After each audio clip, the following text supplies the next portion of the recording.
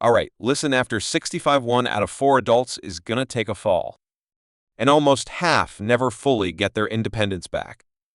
That's scary, right? So let me ask you, if it happened to you, would you be ready? I get it.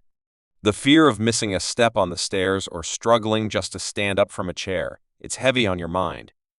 But here's the truth. It's not just about age. It's about reflexes. And the good news, reflexes can be retrained.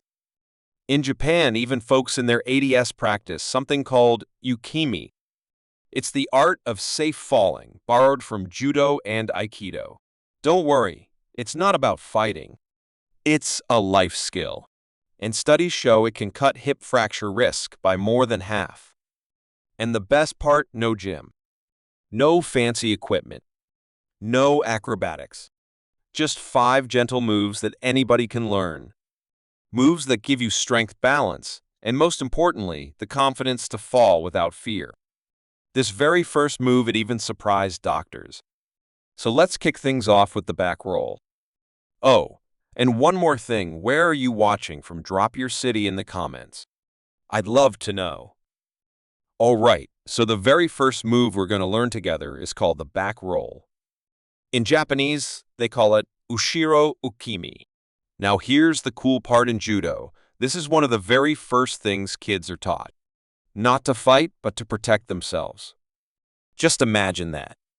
Kids in gym class rolling on mats, learning how to fall without fear.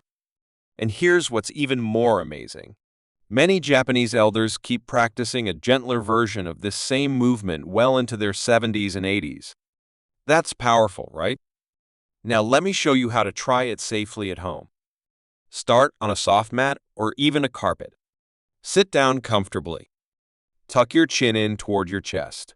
Round your back so it makes a smooth curve. Then just let yourself roll gently backward onto your spine. Don't force it, let momentum do the work. The most important thing here is keeping your head safe. So really think about that chin tuck. If you're brand new, don't worry. You don't have to begin from sitting. You can crouch lower, even use your hands for support. Over time, your body's going to get more comfortable. As you do this, you'll start to feel your core turning on. The small muscles along your spine, even the front of your neck. They all wake up and work together to protect you. And that's what makes this move so valuable. It trains your body for one of the most common accidents, falling backward. Instead of stiffening up or slamming your head, you'll learn to round, roll, and absorb. Believe me, that makes all the difference. Studies actually show that practicing this simple tuck and roll can cut the force on your head by almost 40%. That's huge when we're talking about preventing concussions or spinal injuries. And remember, it's not about doing it perfectly. It's about teaching your body the reflex to protect itself. Once you feel how much safer a backward fall can be, you're ready to move on. So now that we've learned to roll safely backward, let's take a look at the side fall, a technique every older adult really needs to know. All right, so the next move we're going to learn is the side fall, or what the Japanese call Yoko Ukemi. This one's been practiced in aikido and judo for generations, and later adapted by therapists in Japan to help older adults deal with the most common kind of stumble. Think about it for a second. Most hip fractures don't come from falling backward. They happen from that sudden sideways slip, maybe in the bathroom, maybe on an icy sidewalk. That's why this skill matters so much. Here's how to start safely. Use a soft mat or carpet. Begin from a kneeling position or even sitting if that feels better. Slowly tip yourself to one side, keeping your chin tucked to your chest so your head stays protected. As you lower down, reach your arm diagonally across your body. Let the side of your forearm and your palm hit the ground with a firm slap. Now here's the key. Don't lock up your wrist or elbow. Keep them soft. They're your shock absorbers. You'll notice your obliques on the side of your stomach working, plus the stabilizers in your shoulder and the muscles along the outside of your hip. The goal isn't to take the full blow on your hip bone. It's to spread that energy across your arm and torso so your hip gets a much safer landing. When you practice this slowly and mindfully, you're training your body to react on its own. So if one day you do catch your foot on a rug or slip stepping out of the shower, instead of crashing down on your hip, your arm and torso step in and take the load. And that, my friend, can be the difference between a bruise and a fracture. Many elders in Japan credit this exact technique with helping them stay independent for years longer. Once you feel comfortable falling to the side, it's time to move forward, because tripping ahead is just as common.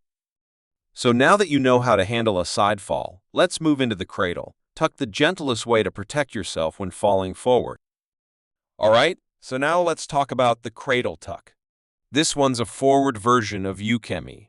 At first glance, it almost looks like a roll in slow motion, but here it's adapted so older adults can do it safely and gently. In martial arts, this move is usually taught to protect the head and neck when rolling forward. But for us, we're going to keep it simple. We want it practical. Here's how. Start from a kneeling position on a soft mat or carpet. Tip your weight just a little forward. Bring your arms around your shins, almost like you're giving them a light hug. Let your back round into a nice smooth curve. And instead of landing on your head or face, let the side of your shoulder make first contact with the ground. That way your body naturally curls and spreads out the impact. Keep your elbows tucked in close.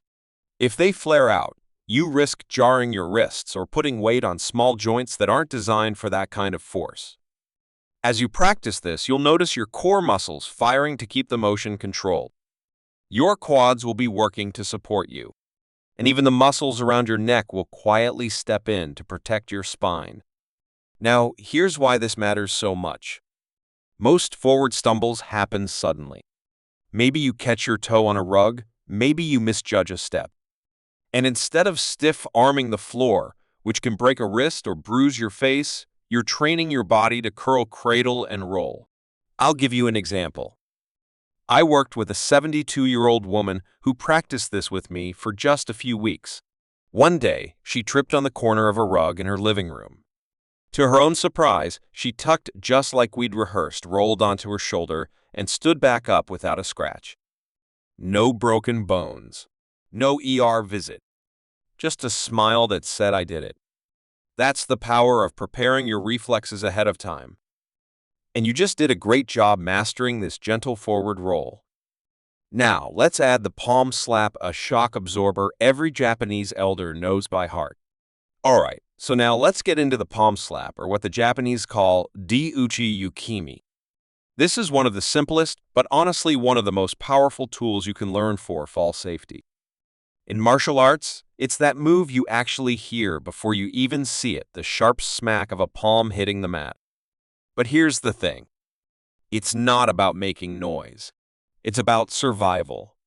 The whole idea is to spread the force of a fall across a bigger surface, instead of letting it crash into one fragile spot like your hip or your wrist. Here's how to practice it safely. Start seated on a mat or soft carpet. Gently tip your body back or to the side. And the moment you touch the ground, slap the floor with your whole palm and forearm about a 45-degree angle. Keep your elbow bent. Keep your shoulder loose. That way the energy flows through your entire arm instead of locking up in one joint. You'll feel it right away. Your shoulders, your triceps, even your chest muscles, they all come alive to help absorb the shock. And this is where the reflex really matters. Because in real life, most people panic and reach out stiff-armed. That's how wrists snap. That's how elbows jam. But when you train yourself to slap wide and firm, you replace that dangerous instinct with one that actually protects you. Studies have shown this simple move can cut the peak impact of a fall by more than a third. Think about that. That can be the difference between walking away with just a bruise or ending up with a fracture. So start slow. Build the habit. Before long, your body will do it automatically without you even thinking.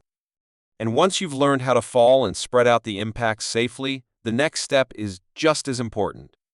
You've got to know how to get back up again.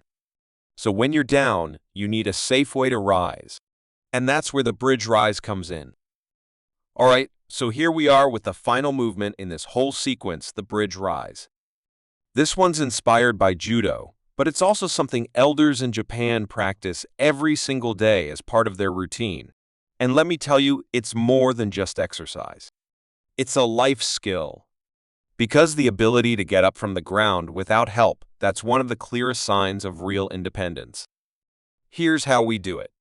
Start by lying on your back. Keep your feet planted close to your hips, knees bent. From there, press through your heels and lift your hips upward, almost like you're doing a glute bridge. That motion fires up the big muscles in your glutes and hamstrings while keeping your lower back safe. Now, once your hips are raised, gently roll your body to one side. Place the hand on that side firmly into the ground.